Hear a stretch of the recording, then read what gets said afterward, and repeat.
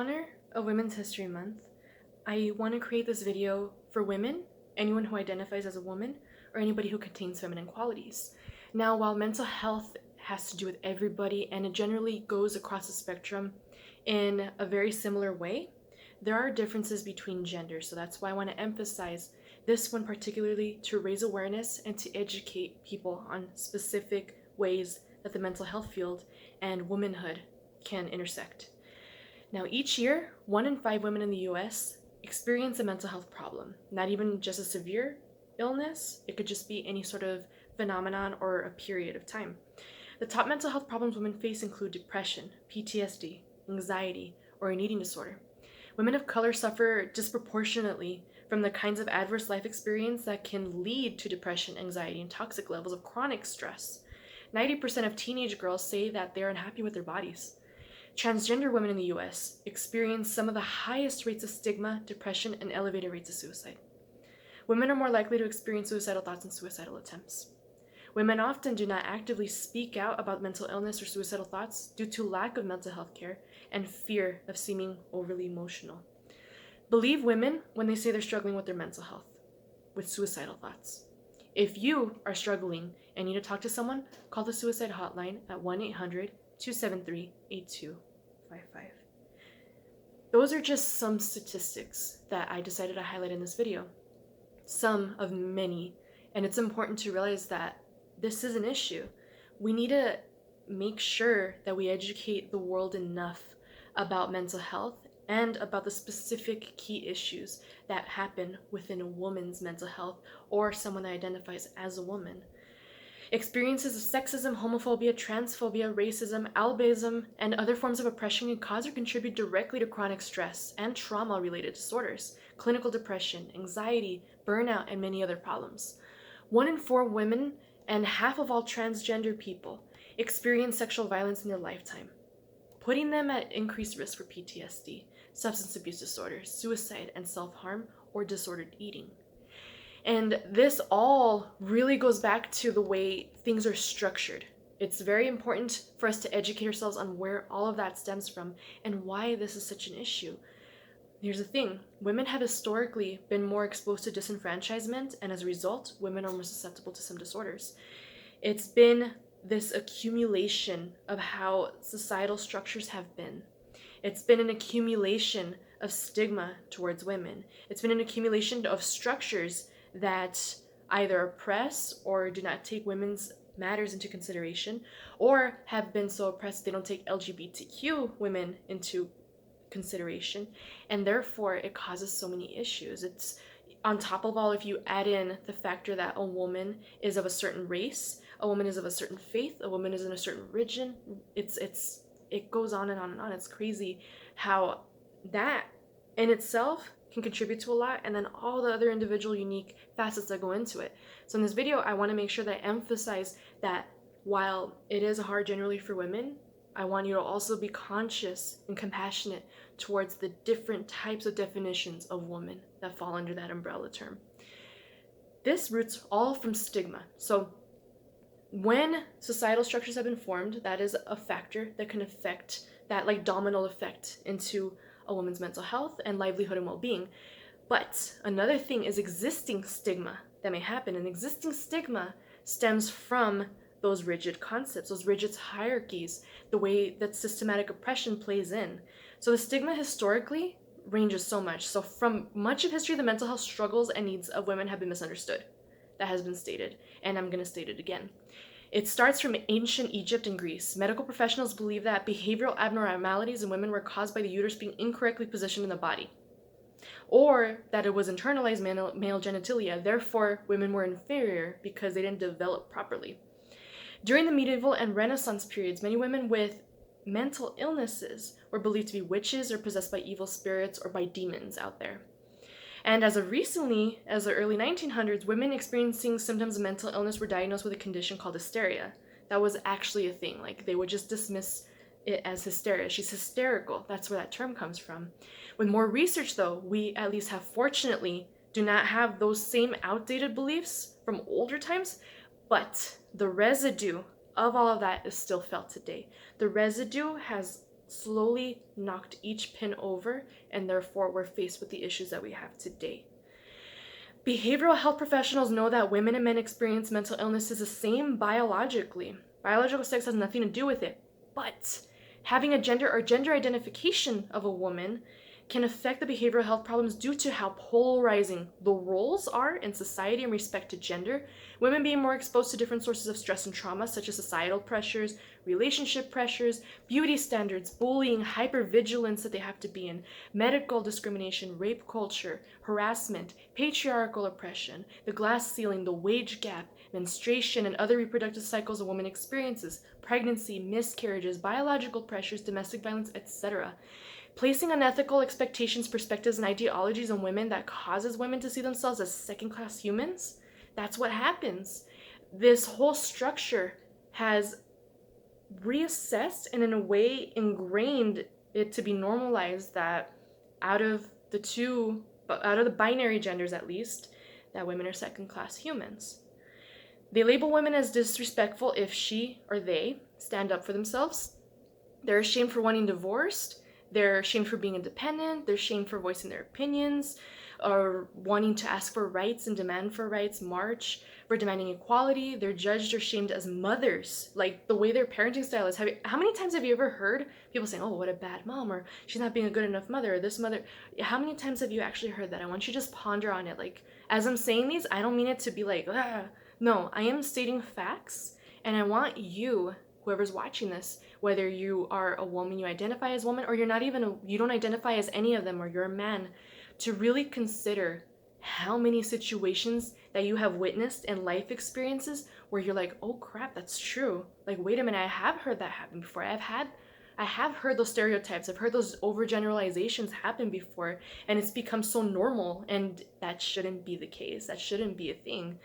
They label women as, that if they don't argue, then they won't have problems. If they don't speak up, okay, no problem. You should just shut up, stop complaining about what you need, stop complaining for equality, stop complaining about the wage gap, stop this, da, da, da, da. That's the only way that the female entity typically is swallowed, if it fits into those bubbles and boxes that have been created so long ago that still linger today. They're told if they don't argue, then they won't have any problems. They're not praised as much as men are for their hard work, whether it be as a parent or whether it be in the workplace or whether it be with promotions, whatever it may be. They're told they just have to deal with the problem.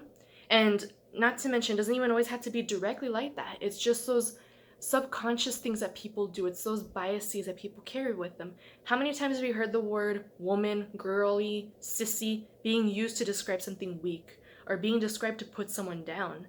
And their value is often measured on how men or how society measures their appraisal value on the outside. Women are less likely to seek treatment after experiencing symptoms of mental illness due to internalized or self-stigma that results from their self-image, even more so if they are altruistic. The stigma of seeking treatment for a mental illness are greater among women of color, given the unique issues that come with their race that forces them to survive through this world of discrimination. And in their case, multiple discrimination where systemic racism happens, systemic oppression factors in, and there are a disproportionate amount of BIPOC people living in poverty. There's so many things that can go into that because of the fact that if the system is already structured a certain way to only serve a specific person, and it's typically veering towards serving a white male, then it shoves everything else to ensure that it all meets up those needs. And meeting up all of those needs are going to eventually end up putting all of these other individuals that are outside of this box down. It's kind of like somebody being on top of a pyramid or on top of some sort of like little structure, but they're stepping on a lot of people to be taller, if that makes sense. And it causes anyone of color to be in poverty. It causes all these disenfranchisements going on, less opportunities, specific structures that are created where they can only live in certain parts of town. They can only have access to so many resources. The businesses around them are specifically structured there in order to keep them down. You know what I mean? It can go so far. I can go on and on and on about that, but that's just me trying to generalize it so that way you can really, really understand how deep this can go and how deep these root causes can affect somebody and can affect a lineage of people for centuries and generations and years and months and weeks and days and minutes and hours. We stop this, we stop all of this oppression, we stop all of this ripple effect that can affect a person's livelihood and well-being by raising awareness and starting these conversations, which is why I like to make these videos. We need to consider all the different aspects of one's identity, such as sex, gender, ability, age, race, religion, past trauma, etc. So what is it that we can do? We can help raise awareness of the issue. Seek support if you are a woman, you identify as a woman, you're a girl, you're a transgender woman who are struggling with your own mental health. Share your story to encourage others to speak out and seek support. You can help reduce the factors contributing to the issue. So mental health and well-being education from a very young age can be in. Encourage body positivity, self-acceptance, self-love, share support resources, helplines, etc. You can connect with other people that you can trust. You can practice self-care. You can surround yourself in an environment and media that is conducive to your growth. You can empower other women. You can set boundaries. You can just be yourself, the you before they told you who to be. Who you think you are, you may think you're a woman with a mental illness. Who you actually are is a capable person of doing great things. You are loving and caring, you're strong and independent, you're beautiful in every way possible, you're special, and you are enough. We need to veer towards support and not stigma, always. And we need to make sure that we consider all of these factors, because it is true, there's so many things that go into the umbrella term of what it is to be a woman. There's so many things that are already tossed just through the filter of seeing a woman or someone with feminine qualities, or someone who dresses in a feminine way or just expresses themselves in a feminine way. There's these stigmas that are already there. There's this certain sort of approach that the world seeks to it. There's a lot of issues that women and people identify as women are more vulnerable to. There's sexual violence out there, there's domestic violence out there, and although it does happen across the board, it can happen to men as well. It can happen in any circumstance. I do not at all dismiss that. But in this specific case, I am discussing the fact that women are a lot more susceptible to situations that'll place them there. Situations where they will not be considered for certain things because they're seen as incompetent because of their emotional sides, or if they have their menstrual cycle, or if they're mothers, or she's just in a bad mood, or she's just on her period, or she's just this, she's that, she's just asking for it, she's dressing like this. All of those things, if you really, really think about it, how would you feel if you were told all of those things? How would you feel if your sister, your mother, your aunt, your daughter were told all of those things, your grandma? How would you feel hearing it through the eyes of somebody that you love? Now that you know that, you need to consider the fact that how does it sound to the woman experience as a whole? How does it sound to a transgender woman? How does it sound to a woman of color? How does it sound to a woman in an oppressively religious community? How does it sound to a woman who wants to make her choices with her body? How does it sound to a woman who is in the LGBTQ community? How does it sound to all of that, to all of those facets to it all? How does it sound to a teenage girl who is told that they need to look this way, or who's bullied by other fellow peers for being this, that, or the other, not having this developed, not having that developed, not being popular, not having all the guys, having too many of the guys? Like, just think about that. Really, really think about that, because while it's important to always, always, always support every single individual with all the key issues that they face from their line of their experiences, from their identities, and from what their roles are, and from how they choose to express themselves, it's important to really highlight and take this month as an opportunity to raise awareness and to open up this conversation and to plant a little seed in your head, whether you go through this, or whether you know somebody who goes through this, or whether you're surrounded by women, which odds are you're surrounded by women in one way or another. Become a little bit more educated, become a little bit more compassionate, become more aware, respectful. Make sure that you talk about consent, you talk about mental illness, you talk about normalizing women's bodies, you talk about normalizing everything that a woman goes through. You need to remember that this is just a seed planted to show support, to show compassion, to show understanding and empathy. I hope this video has been helpful. Have a great mental health day.